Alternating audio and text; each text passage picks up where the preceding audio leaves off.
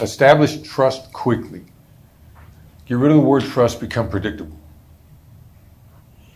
Now, here's where that falls down for almost everybody. If you're in a collaborative relationship, you're trying to get something done with anybody, when do you reach out for them? When you have good news, when you have bad news? When are you going to have good news or bad news? You don't know. Therefore, you're unpredictable. If you establish any project, if someone always knows when they're going to hear from you, even if you say, hey, listen, nothing new, the other person feels very reassured. You're completely predictable. You automatically build trust. You need to call somebody on the phone. I did this the other day. We had a documentary film coming out. It's premiering in Beverly Hills, September 26th.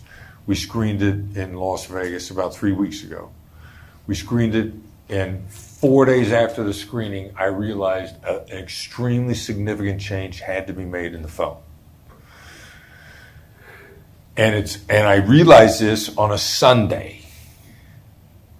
And I sent the documentary film producer, Nick Nanton, DNA Films, 22 Emmys, wonderful human being. 2-line text. Is now a bad time to talk? Not do you have a few minutes? And I got really bad news. Now, how long did it take him to reach out for me? And what was he mentally prepared for at the time? He called me within 3 minutes, and he didn't know what the hell the bad news is. Maybe I've been indicted. Maybe I was in a video. Everything horrible goes through his head. And he's like, all right, let's bring it. All right, I'm ready. I don't know what it is. He called. I go, we got to make changes in the film. This is what we got to do. This is how we got to do it. He goes, okay. Now, this normally would have been a conversation that might have taken two weeks, but we already got a premiere scheduled in Beverly Hills. We don't have time to talk about this. We got to get to an answer and a plan and implementation in 15 minutes or less. And it's all on him because he's put up all the money.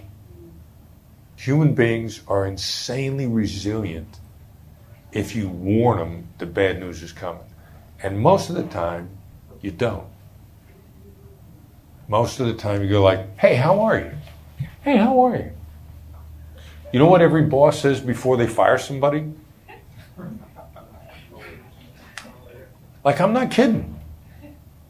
Hey, how are you? And somebody's getting ready to get fired. How many people are actually caught off guard when they get fired? They know it's coming. Another friend of mine, Ned Coletti, used to be the manager of Los Angeles Dodgers. When he had his first job in baseball, Chicago Cubs, he worked for the Cubs. They fired him because he was right about a free agent signing that they messed up, and the people above him resented the fact that he was right and they were wrong, so they decided to fire him. He starts hearing he's going to get fired 4 or 5 days in advance. He starts checking all his friends. They're like, how can he fire you? You're doing a great job. And on top of that, you were right and they were wrong. And then all his friends came back to him and said, hey, yeah, you know what? When you go to that meeting on Friday, they're going to fire you. Guess what his boss said to him when he sat down? Hey, how are you? But I guess that's catching people off guard with bad news. I mean, just don't do it.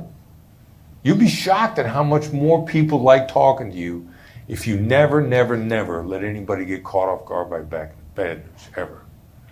So tell me about the documentary. Was that the tactical empathy that was being reworked? Yeah. It just, there were a couple pieces that needed to be fixed. And what's tactical empathy? Well, like, what's the documentary? What's the term? What's the definition? Yeah.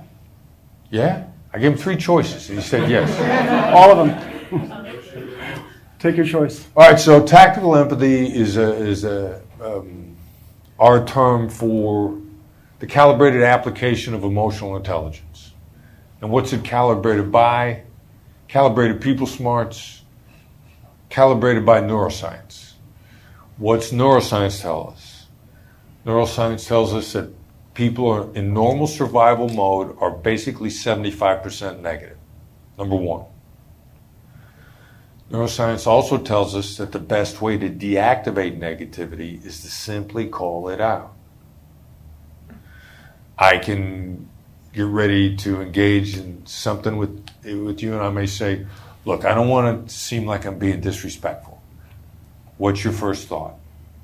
This is going to be disrespectful. Yeah. Absolutely. But if I say instead, this is probably going to sound disrespectful. Now you're prepped. I'm not catching you off guard. If I got bad news, I say I got bad news. When I was doing a talk a couple years ago, somebody asked a question. There's almost always something smart in a question, no matter how it's worded. And this was the one time this guy asked me a question that was the dumbest thing I ever heard in my life. And I thought about it. I thought, how can I bail this guy out? I don't know how to bail him out. I don't want to answer this question and embarrass him in front of everybody. Because embarrassment is the worst emotional pain there is. People would rather die than be embarrassed. That's how much bad embarrassment is. So I just looked at him and I said, this is going to sound harsh. I let it sink in. And I waited about 3 seconds. And then I answered the question. And he went, okay. And he sat down and somebody else started to ask a question. And he went, that wasn't harsh. Remember, you don't get in life what's fair, you get what you negotiate. If you want to become a better negotiator, click the link in the description below. So how do you diffuse emotions in negotiations? Are you saying that businessmen are more emotional than terrorists? So let's draw a distinction on emotions. Because if somebody says to you, you're being emotional, they're talking about a negative emotion, right? In business, whenever people are talking about emotions, 99% of the time, it's a form of anger in some way. It's a negative emotion.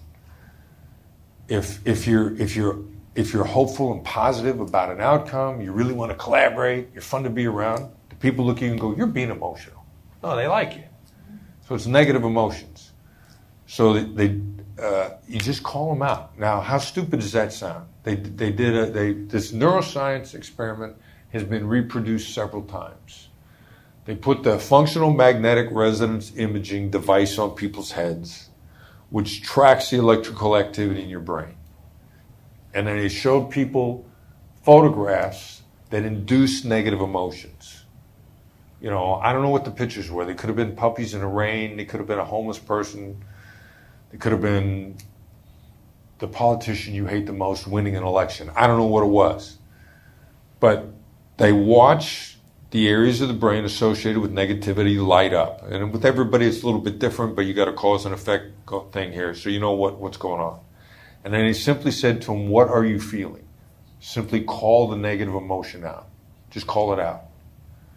And every time, not some of the time, every time the negativity was called out, the electrical activity diminished. Now, the amount that it diminishes changes. Like it might be a little, it might be a lot. But this has been duplicated several times. Just calling out the negative emotion is the single most effective way to get somebody's negativity turned down. And then afterwards, then the positivity can gain. And if you guys look at your business relationships, the people that you really trust, if you were to go back through it, by and large, if you could go over the chronology, you would find that you were around them long enough that your fears got deactivated. And then you were free to believe in them after your negativity went away. Second case I worked in the Philippines, Burnham Sabero kidnapping, Al-Qaeda related group, the Abu Sayyaf. That case was a train wreck from the beginning to the end. And people got killed and bad guys were double crossing. And I land in Manila at the airport at 10 o'clock at night. And the minute my plane touches down, I get a call saying, they want you in the south, which is, the red zone, if you will, to use a term from Baghdad. They want you in the red zone the terrorists, the kidnappers are holed up in a hospital. They got the hospital surrounded. They were in the midst of a firefight. And there's nothing about that sounds right. And we used to say you can't negotiate a riot or a gunfight.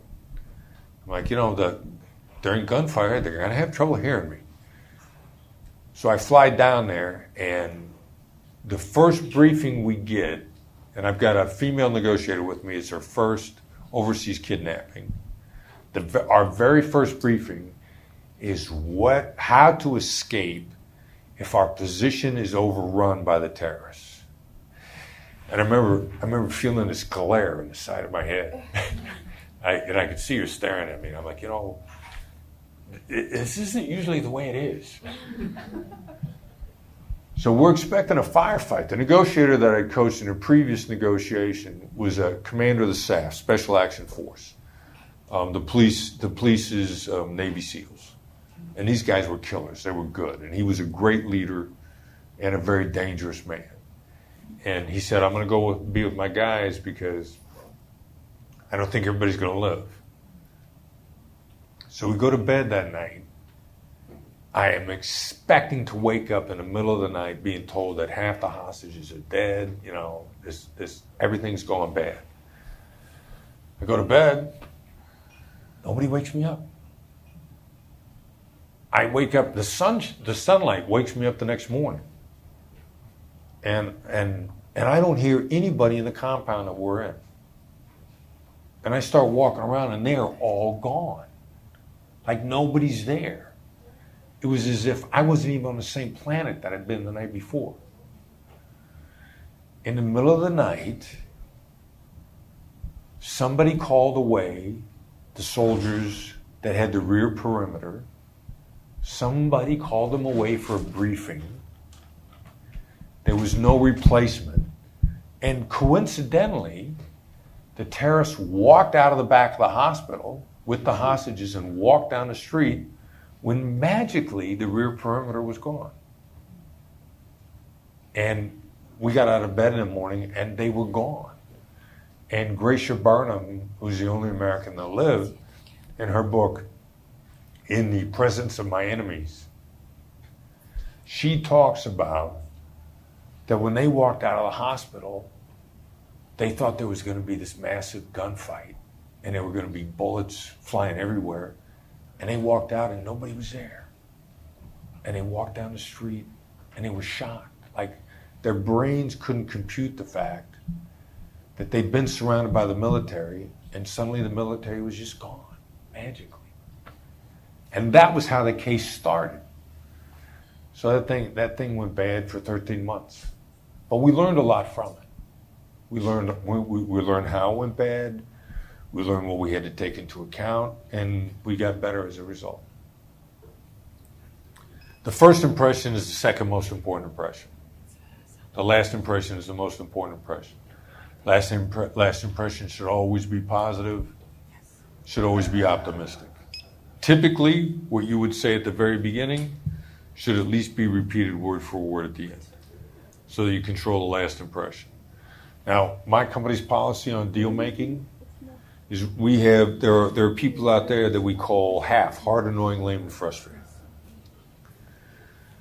And we don't do business with halves, but we always give halves the opportunity to become easy, lucrative, and fun. And so, if we don't make a deal with you, there will be no doubt in your mind what a great deal looks like to us. And we will lay out, here's what we would like to have from you so that we have a long-term relationship where everybody makes money. If I'm worried, it's my amygdala. And my amygdala is negative, and it is not my friend. It's a very good psychologist friend of mine. We were talking about this a couple years ago. He thinks the amygdala is the single thing that's holding humanity back more than anything else. And I just say, I literally say to myself, listen to your gut. What's your gut tell you? Your gut's pretty good. Your amygdala is paranoid, 75% negative. Your gut is based on the information from a supercomputer between your ears. Your conscious mind processes roughly 40 bits of information per second, whatever a bit is. My source is a biology of belief. I can't remember the author's name off the top of my head, but it's a great book on mental functioning. Conscious mind, 40 bits of information per second. Subconscious mind, 20 million. It's a 500,000 to 1 ratio in computing power of the supercomputer that feeds your gut instinct. So what I often, if I find myself concerned, I will repeat the mantra. I will repeat to yourself, what's your gut? What's your gut? Listen to your gut. Because I'm trying to deactivate the amygdala. That's the one I'm doing these days. If I'm upset, I also know, well, if you've read the book, if you've listened to the masterclass, you're familiar with the late night FM DJ voice. Well, that voice calms me down too. I'll kick that voice into gear when I'm trying to keep my anger under control. And then one of the last ones, probably the most intellectually sound, but could be the most difficult. Nobody wants something out of me unless I'm successful to begin with. There isn't a single negotiation I'm in that I'm actually not lucky to be in. And if it's the gratitude, whatever gratitude, if you're doing gratitude, you should, just to make yourself more effective. You kick gratitude into gear, gratitude or curiosity, it's impossible to be afraid and grateful. It's impossible to be afraid and curious. Now, whether or not you can flip that switch is not always that easy, but I know that to be the case. So those are kind of the ways I try to deactivate my fears.